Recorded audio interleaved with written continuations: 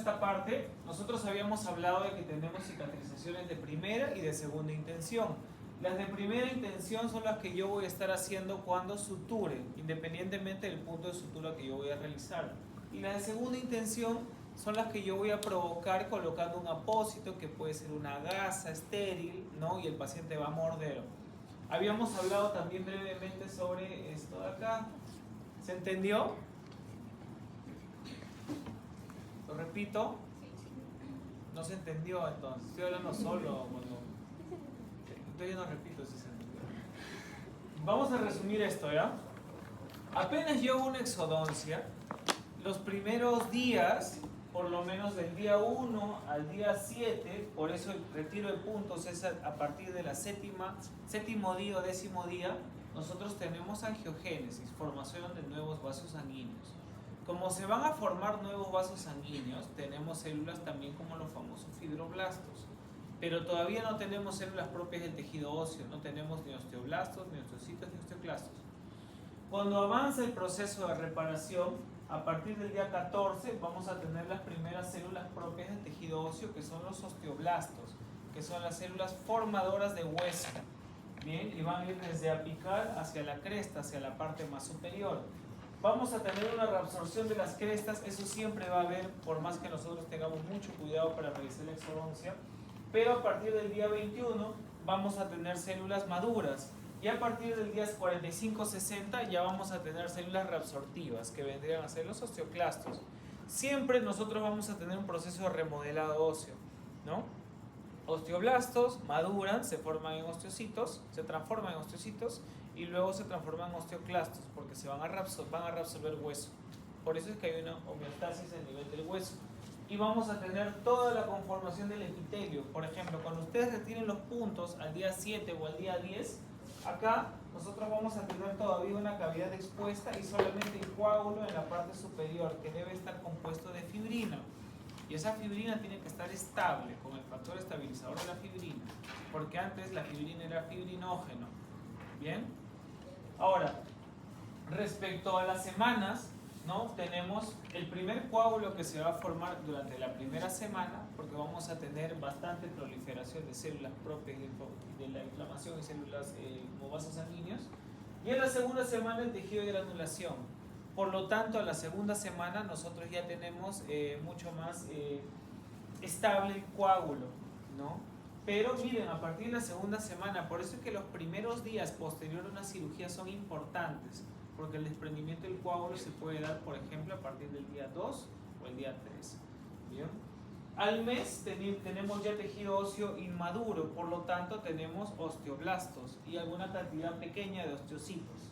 Tejido óseo maduro, ya tenemos todo el remodelado óseo normal, osteoblastos, osteocitos y osteoclastos. Acá también habíamos hablado de que nosotros, por más que respetemos el tejido y no colapsemos el tejido, no lo dañemos durante la extracción, si no tengo función masticatoria voy a tener una atrofia de la cresta ósea. El paciente tiene que masticar, tiene que tener dientes, por eso tiene que rehabilitarlo.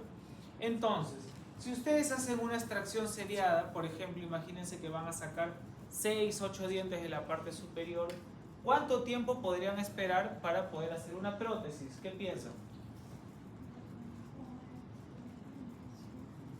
Más o menos, ¿cuánto tiempo? De acuerdo a lo que hemos visto hace poco. Más o menos. No escucho.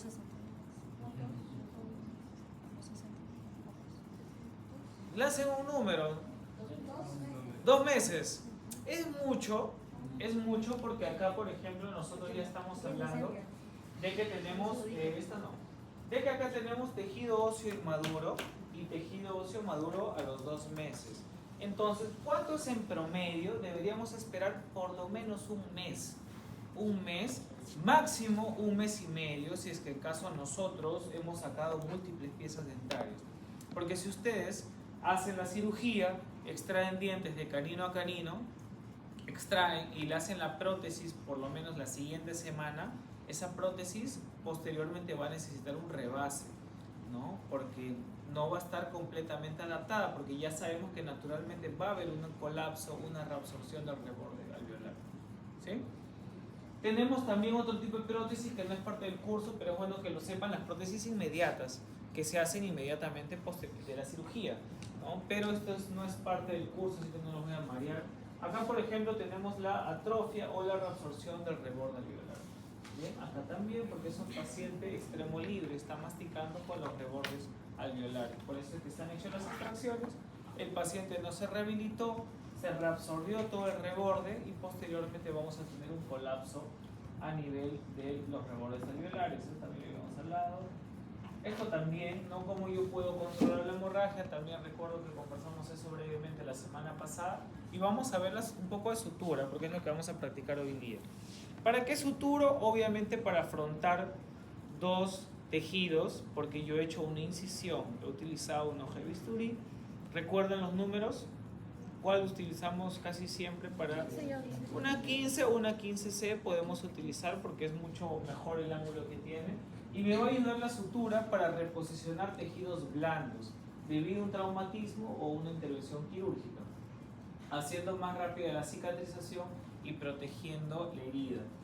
Ahora, los objetivos, lo que yo tengo que tener en cuenta al momento de suturar es reposicionar correctamente los tejidos al lugar original.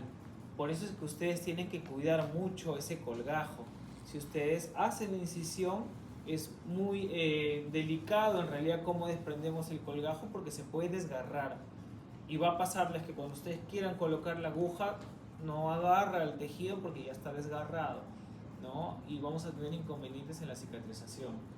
Eliminar espacios muertos. ¿Qué quiere decir eso? Que todo lo que está en el alveolo debe estar cerrado. Yo no tengo que observar puntos muertos o espacios muertos, que son espacios donde todavía tenemos la abertura en la herida. Controlar el exudado del hueso alveolar, proteger el coágulo y los bordes gingivales.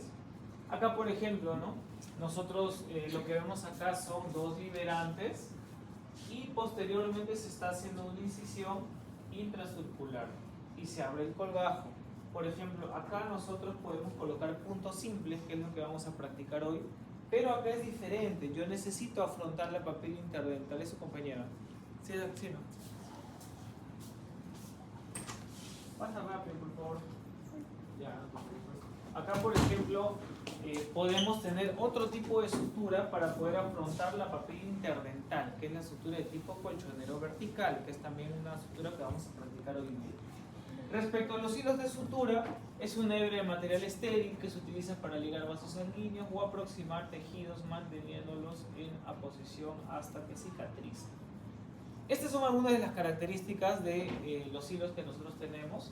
Respecto al calibre, normalmente en odontología utilizamos entre 3, 4 o máximo 5 ceros. La cantidad de ceros viene a ser el grosor del hilo. Tipo y descripción del material: podemos tener seda negra, podemos tener ácido poliricólico o también podemos tener nylon, ¿no? Entre los más usados. La longitud de la hebra, no siempre vamos a utilizar todo, ¿no? Hoy día vamos a practicar porque a veces les va a pasar que hacen un punto y no han cortado correctamente y ya toda la longitud del hilo se desperdicia, ¿no? Vamos a tratar de cuidar el hilo porque creo que cada uno de ustedes debe tener ¿cuántos? Unos 3 por lo menos o 4. ¿Sí? Más o menos deben tener 3 o 4, me imagino, ¿no? Hilos de sutura. Una caja era para repartir entre varios. Claro. A menos que sea ya en otro ciclo. Para el otro ciclo sí puede ser. La circunferencia de la aguja también, la fecha de caducidad es importante porque les puede pasar que ustedes están suturando y se quedan con la aguja, ¿no? O la aguja se queda dentro del epitelio y ustedes se quedan solamente con el hilo. Lo mismo puede pasar cuando, por ejemplo, estábamos anestesiando, que estábamos hablando con las agujas al momento de anestesiar. Y utilizamos nosotros 3/8, que es la longitud, y normalmente que sean cortantes, ¿no? Porque obviamente tiene que traspasar el epitelio. Ahora, ¿qué es lo ideal que debe tener como característica la sutura? Lo ideal es que sea absorbible, pero no todas son absorbibles, ¿no? Una mínima reacción tisular que no cause alergia, en este caso en los pacientes, y por eso utilizamos estos materiales porque tienen muy poca posibilidad de causar alergia en algún paciente. Fuerza tensil alta, ¿qué quiere decir esto? Que cuando yo ajuste el primer nudo, no se suelte, Ese es uno de los problemas cuando nosotros utilizamos algún tipo de estructura, como por ejemplo el nylon. Ahora, nadie ha ido a pescar, ¿no? ¿O sí? ¿Alguien ha pescado? Sí. Nunca han hecho un nudo con el nylon, pero es un hilo un poquito grueso y no es tan maleable, ¿no? Pero sí cuando ustedes hacen el nudo de sutura, sí el colgajo lo mantiene bastante estable y no es reabsorbible. La seguridad en el nudo, eso depende de ustedes cuando lo trabajen, y podemos tener absorbibles y no absorbibles. Tanto los absorbibles como los no absorbibles se van a dividir en mono o multifilamento, que es el grosor o la cantidad de hebras que contribuyen a que puedan conformar un hilo. Ventajas de un hilo monofilamento: tiene menor resistencia al paso de los tejidos, claro, porque es mucho más delgado, tiene menos hebras, menor acumulación de placa bacteriana y el nudo es más fácil. Otra desventaja en este caso: mayor dificultad para el manejo, y la presión sobre estas suturas puede debilitarlas por riesgo de aparición de puntos débiles, por los cuales puede romperse.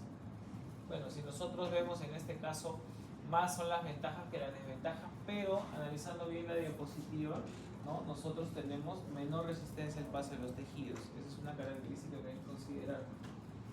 Respecto a los multifilamentos, o sea, un hilo dental que está compuesto por muchas hebras, va a tener una mayor resistencia a la torsión. Cuando yo haga el nudo, no se va a romper con tanta facilidad.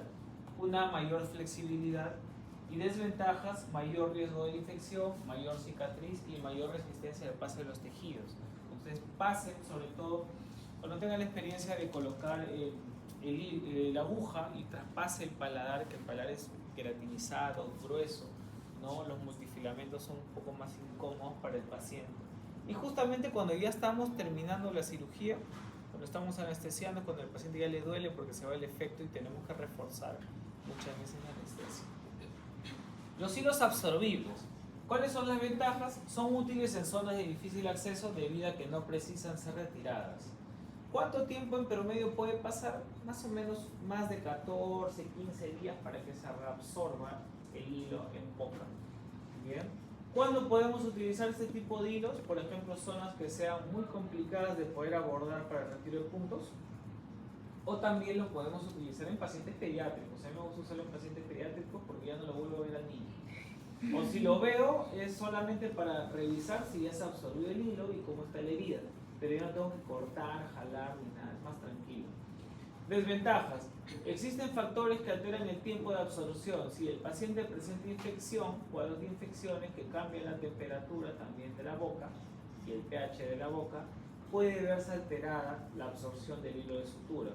Pero esto de todas maneras depende mucho del grado de infección que tengamos, ¿no? Obviamente tiene que ser por un agente que no sea de origen bucal. La reabsorción se acelera en la cavidad oral debido a la alta hidratación de la misma, que mantiene la sutura húmeda en todo momento. Este hilo absorbible en un ambiente húmedo va a tener mucho mejor desempeño, se va a absorber mucho más rápido. ¿Bien? A diferencia de los no absorbibles. Ventajas: disminuye riesgos de rechazo o de reacciones alérgicas, permite la revisión de la herida y debe retirarse, lo cual disminuye el riesgo de infección. Si ustedes no retiran el hilo, ese hilo probablemente va a hacer que la encía se inflame, va a acumular placa y van a soltarse los puntos, ¿no? Por eso es importante luego de 7 a 10 días reevaluar al paciente.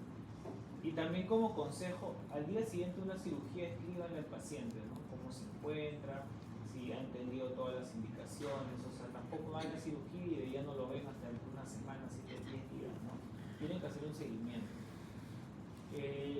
Desventaja: siempre debe retirarse, no importa la dificultad del acceso. Claro, empiezas como la 1.8 y la 2.8, la sutura es sencilla, pero el retiro de puntos muchas veces no, porque es la zona más posterior y ya el colgajo está cerrado, la encía ya no está separada.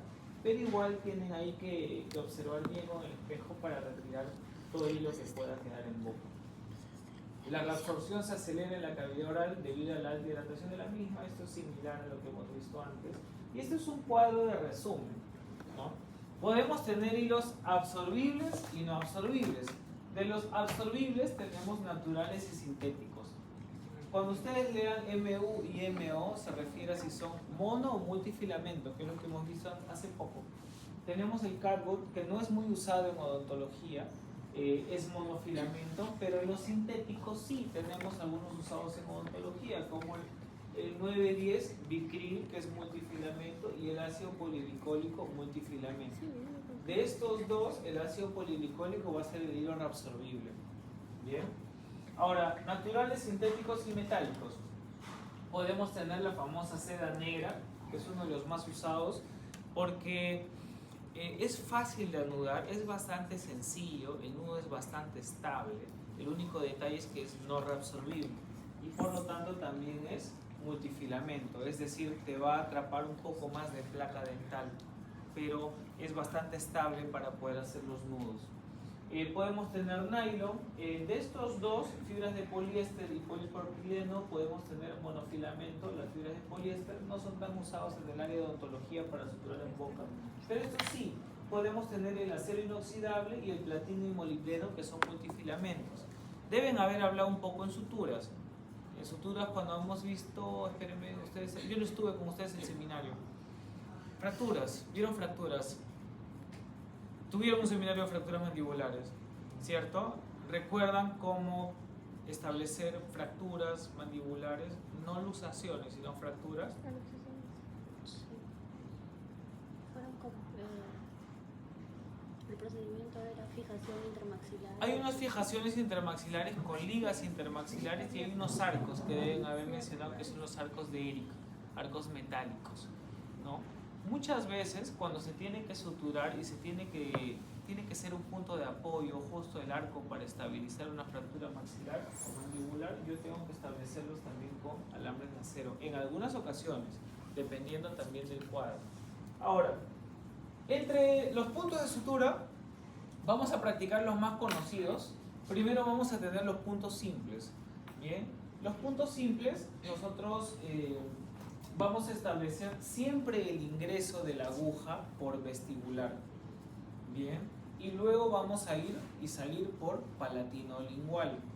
Ahora, respecto al número de vueltas, que eso me van a entender cuando hagan el nudo, podemos manejarlo de diferentes maneras, ¿no? Pueden manejarlo, ahorita me van a entender, 2-2-1 o 2-1-2. O el doctor Miguel también lo trabaja de otra manera, ¿no? Que ahora se los va a compartir, porque ustedes tienen que darle la vuelta al hilo para poder ajustarlo. Si el primer nudo está flojo, el resto de nudos se van a salir y el paciente los va a llamar a los 2 días o al día siguiente: doctor, se me ha salido el punto y toda la herida está abierta y tiene que volver a lavar, desinfectar y volver a suturar. Los puntos simples son los más básicos de poder realizar. Tenemos también otro punto, que es el punto en X. Este punto en X, ¿ustedes recuerdan las esponjas de colágeno? Sí, las esponjas de colágeno, ¿no? Que las colocamos en el alvéolo, y yo les he dicho que para una hemorragia no te va a ayudar mucho una esponja de colágeno, porque la esponja de colágeno se va a inflar, se va a llenar de sangre, pero ustedes van a ver la sangre que no para de salir, tienen que hacer hemostasia. Si ustedes no tuvieran hemorragia, pero por ejemplo, personalmente cuando hago una extracción, una 3-8 o una 4-8, yo quiero estimular la formación de un coágulo estable.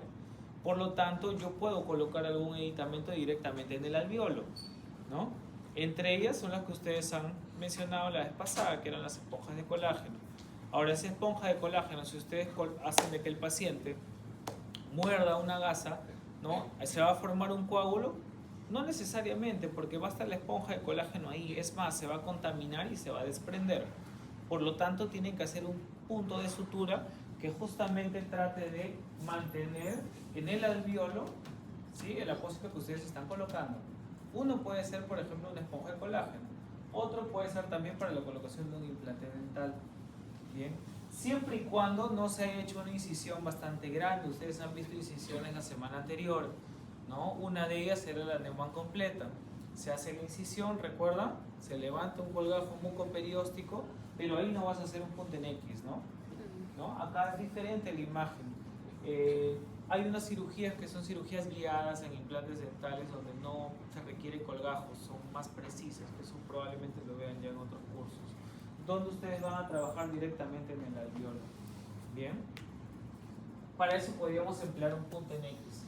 Ahora también tenemos las suturas que son de tipo colchonero, porque ustedes han visto que, por ejemplo, en la incisión festoneada, recuerdan que es para retirar piezas que se encuentran, ¿se acuerdan? Retenidas probablemente, ¿no? Algún diente, un supernumerario que esté por el paladar, ¿no? Ustedes van a, con las legras, desprender la papila interdental. Como desprenden la papila interdental, también van a tener que volver a afrontar las papilas interdentales. Por eso tenemos otro tipo de sutura como los tipos colchoneros que también vamos a realizar. Luego también tenemos la sutura continua. Por ejemplo acá, ¿no? Es un paciente de edéntulo total. Hay ocasiones donde se tienen que hacer extracciones seriadas. No sé si recuerdan, creo que es la clase 9, ¿no? De un paciente que era ya adulto mayor y tenía que hacerse exodoncias múltiples. Más allá si necesita una prótesis inmediata o no, ustedes acá no se van a matar haciendo puntos simples, ¿no? Necesitan justamente un tipo de sutura que me cierre todo el colgajo que yo estoy realizando. Y acá también hay otro tipo de incisión, porque ustedes habían visto la incisión lineal, ¿recuerdan? ¿Para qué realizábamos la incisión lineal? Para llegar a un problema apical. ¿Para qué? Perdón. Para llegar a un problema del diente apical. Cuando queremos drenar, por ejemplo, ¿no? ¿Recuerdan? Fístulas, lesiones, podemos hacer una incisión lineal. Acá también se ha hecho una incisión lineal. La incisión lineal continúa todo el flanco por encima del reborde alveolar y luego nosotros abrimos el colgajo. ¿Bien? Eso dependiendo de la cirugía que se vaya a realizar, pero en este caso, ¿no? Se ha hecho la incisión, se hacen las extracciones, porque muchas veces hay que regularizar las crestas óseas en exodoncias múltiples. Por eso a veces es necesario abrir un colgajo, porque si no va a quedar irregular el reborde alveolar cuando el paciente quiera colocarse una prótesis total. ¿Sí? Entonces acá también se ha hecho una incisión lineal y una sutura continua para poder cerrar de un extremo al otro todo el colgajo que nosotros hemos realizado. ¿Bien? Listo. Entonces, lo que vamos a hacer ahora, chicos, vamos a traer el material, ¿sí? Vamos a traer el instrumental y vamos a tomarnos unos minutos más también.